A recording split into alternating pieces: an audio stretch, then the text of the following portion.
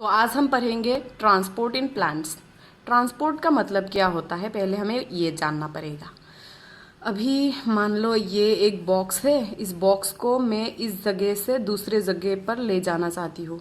तो जिस प्रोसेस से मैं ले जाऊंगी वही होगा ट्रांसपोर्ट।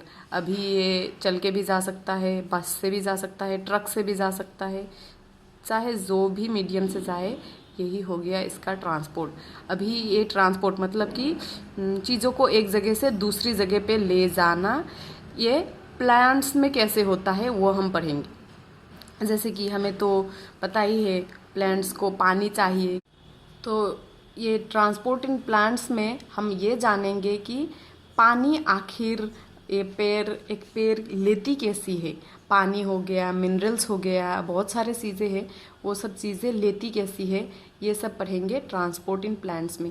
देखो प्लांट्स बेचारे के पास तो सर्कुलेटरी सिस्टम भी नहीं है, हमारे पास तो हार्ट है पंप करने के लिए, ताकि जो चीज़ें हैं, जितने भी वाटर हो गया, जितने भी मानो फूड हो गया, सब कुछ तो हमें वो हार्ट पंप करके देती है ना।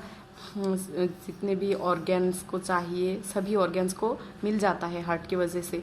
लेकिन बेचारे प्लांट्स के पास तो हार्ट भी नहीं है, तो ये लोग क्या करते हैं, जाइलम और फ्लोएम से लॉन्ग डिस्टेंस का जो ट्रांसपोर्ट है वो कर लेते हैं। और अगर एक सेल से दूसरे सेल में जाना हो, या फिर इंटरसेलुलर स्पेस में जाना हो, या फिर मानो एक सेल के ही अंदर एक जगह से दूसरे जगह पे जाना हो, तो ये सब होता है शॉर्ट डिस्टेंस ट्रांसपोर्ट की मदद से। शॉर्ट डिस्टेंस ट्रांसपोर्ट मतलब कि हम ब्रॉडली जो ट्रांसपोर्ट है उसे दो हिस्सों में डिवाइड कर सकते हैं। एक हुआ लॉन्ग डिस्टेंस ट्रांसपोर्ट और एक हो गया शॉर्ट डिस्टेंस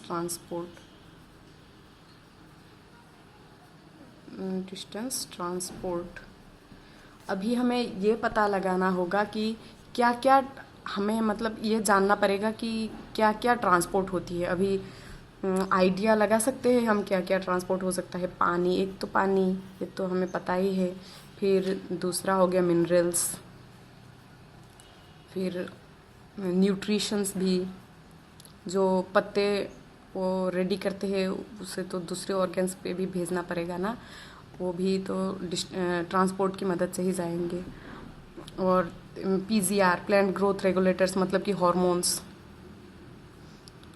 भी तो चाहिए ना प्लांट्स को, वो सब ट्रांसपोर्ट की मदद से जाएंगे।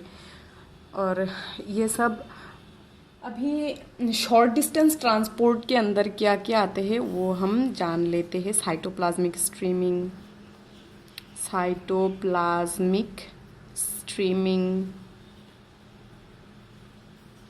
साइटोप्लाज्मिक स्ट्रीमिंग हो गया, फिर एक्टिव ट्रांसपोर्ट हो गया, फिर पैसिव ट्रांसपोर्ट हो गया। और पैसिव ट्रांसपोर्ट में भी क्या क्या आता है, सिंपल डिफ्यूज़न,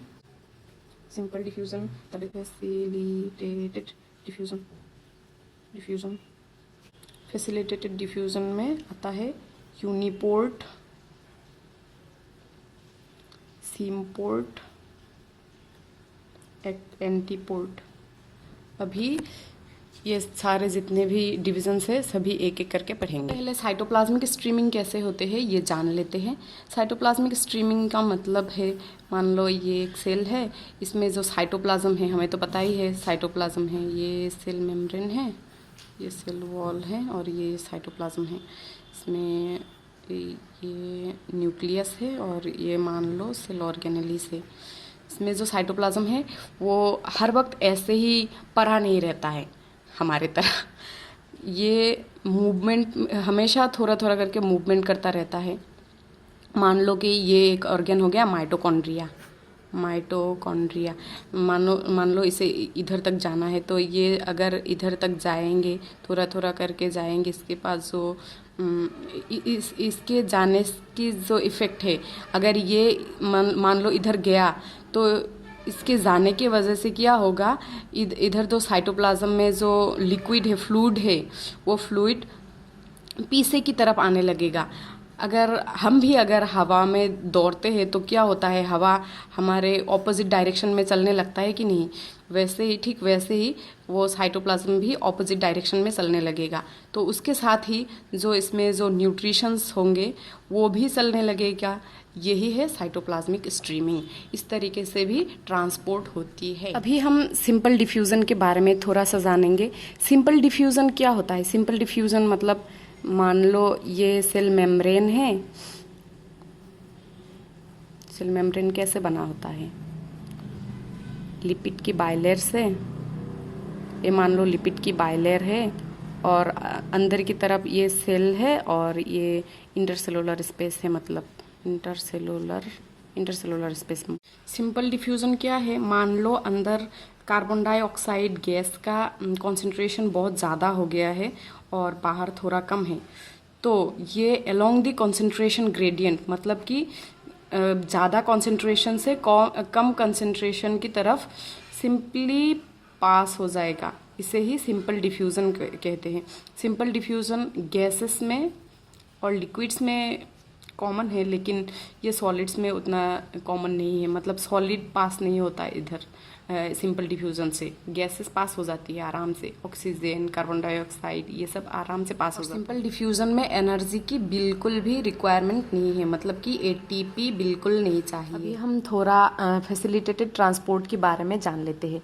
जैसे कि हमें पता है कि जो सेल मेम्ब्रेन है वो लिपिड की बाइलेयर से बनी होती है। तो ऑब्वियस सी बात है कि लिपिड तो वाटर फोबिक है, हाइड्रोफोबिक है। तो इसमें से जो वाटर फिलिक सब्सटेंस है वो तो पास नहीं कर पाएगी। तो इसीलिए कुछ प्रोटीन्स है इधर जो कि उन हाइड्रोफिलिक सब्सटेंसेस को पास होने में मदद करती है और इसी प्रोसेस को फैसिलिटेटेड ट्रांसपोर्ट कहा जाता है। Facilitated transport.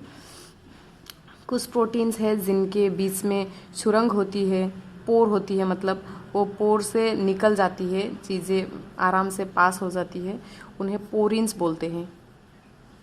एक पोरिन का एग्जाम्पल है एक्वापोरिन,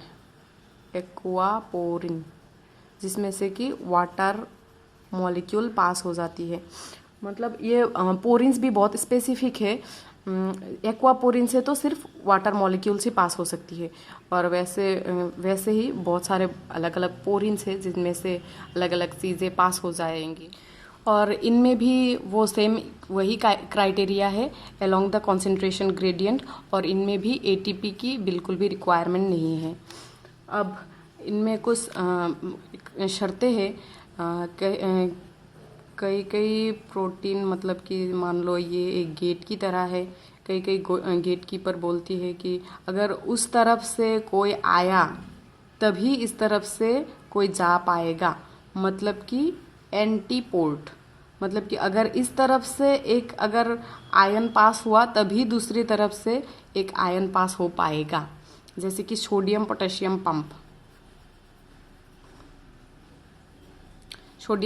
पंप भी ऐसे ही पास होती है। अगर एक पास हुआ तो ही दूसरा अंदर घुस पाएगा। और कुछ तो ऐसा है, कुछ गेट ऐसी है जिनमें से जो सिम्पोर्ट है, मतलब कि वो ऐसा है कि अगर ये पास हुआ तो ये भी, मान लो कि ये एक मॉलिक्यूल है और ये भी एक मॉलिक्यूल है, अगर ये पास हुआ तभी ये पास हो पाएगा, ये अकेला नहीं पास हो पाएगा। दोनों का डायरेक्शन सेम है लेकिन इसके बिना ये पास नहीं हो पाएगा। इसे कहते हैं सिम्पोर्ट।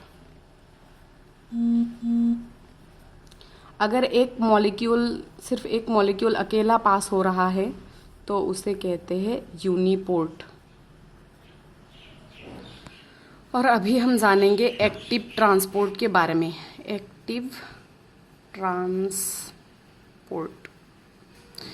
ट्रांसपोर्ट का मतलब भी ऐसा ही है, वो भी कुछ प्रोटीन के बीच में से ही पास हो जाएगा, लेकिन इधर क्राइटेरिया है कि एटीपी खर्च करना पड़ेगा। जो गेट कीपर है उसे पैसा देना पड़ेगा और पैसा है एटीपी, मतलब कि एनर्जी करेंसी है ना एटीपी। जब हम छोटे थे तभी से तो सुनते आ रहे हैं एटीपी एनर्जी करेंसी है। तो गेट कीपर को एक एनर्जी करेंसी दोगे, एक एटीपी दोगे, तभी पास होने देगा। इसे ही कहते हैं एक्टिव ट्रांसपोर्ट। और ये अलोंग द कॉन्सेंट्रेशन ग्रेडियंट नहीं होता। मान लो इधर कम ही भी है, इधर कम भी है, पोटेशियम का मान लो कॉन्सेंट्रेशन इधर कम है, इधर ज़्यादा है, फिर भी क्या करेगा, मान लो इधर ज़्यादा है, बहुत सारा पोटेशियम बना देती हूँ, रुको, 4 हो गया, 5 हो गया, 6 हो गया, मान लो बहुत सारा पोटेशियम है, लेकिन फिर भी इस तरफ से उस तरफ ये फेंक सकता है, क्योंकि इसके पास पैसा है, इसके पास एटीपी है, और बदले में इधर सोडियम ये पंप करेगा। सॉरी, मैंने इधर गलती से वो क्या कहते हैं उसे, एंटीपोर्ट वाला में वो सोडियम पोटेशियम का एग्जाम्पल दे दिया था। ये तो एक्टिव ट्रांसपोर्ट की मदद से होता है, लेकिन एंटीपोर्ट का वही था फॉर्मूला, एक अगर इस तरफ आ रहा है तो दूसरा उस तरफ जाएगा, लेकिन एंटीपोर्ट में क्या होता है, एटीपी का खर्च नहीं होता। लेकिन जो सोडियम पोटेशियम पंप है वो भी एंटीपोर्ट की तरह ही है। एक सोडियम अगर इधर जा रहा है तो पोटेशियम इधर आ रहा है, ऐसा ही होता है, लेकिन इधर एनर्जी की ज़रूरत होती है। जहाँ एनर्जी चाहिए होती है वही एक्टिव ट्रांसपोर्ट है, क्योंकि उधर अलोंग द कंसंट्रेशन ग्रेडियंट नहीं हो रहा। मतलब अगर कंसंट्रेशन कम भी है तो उधर से उठा के जहाँ ज़्यादा कंसंट्रेशन है उधर फेंक सकते हैं।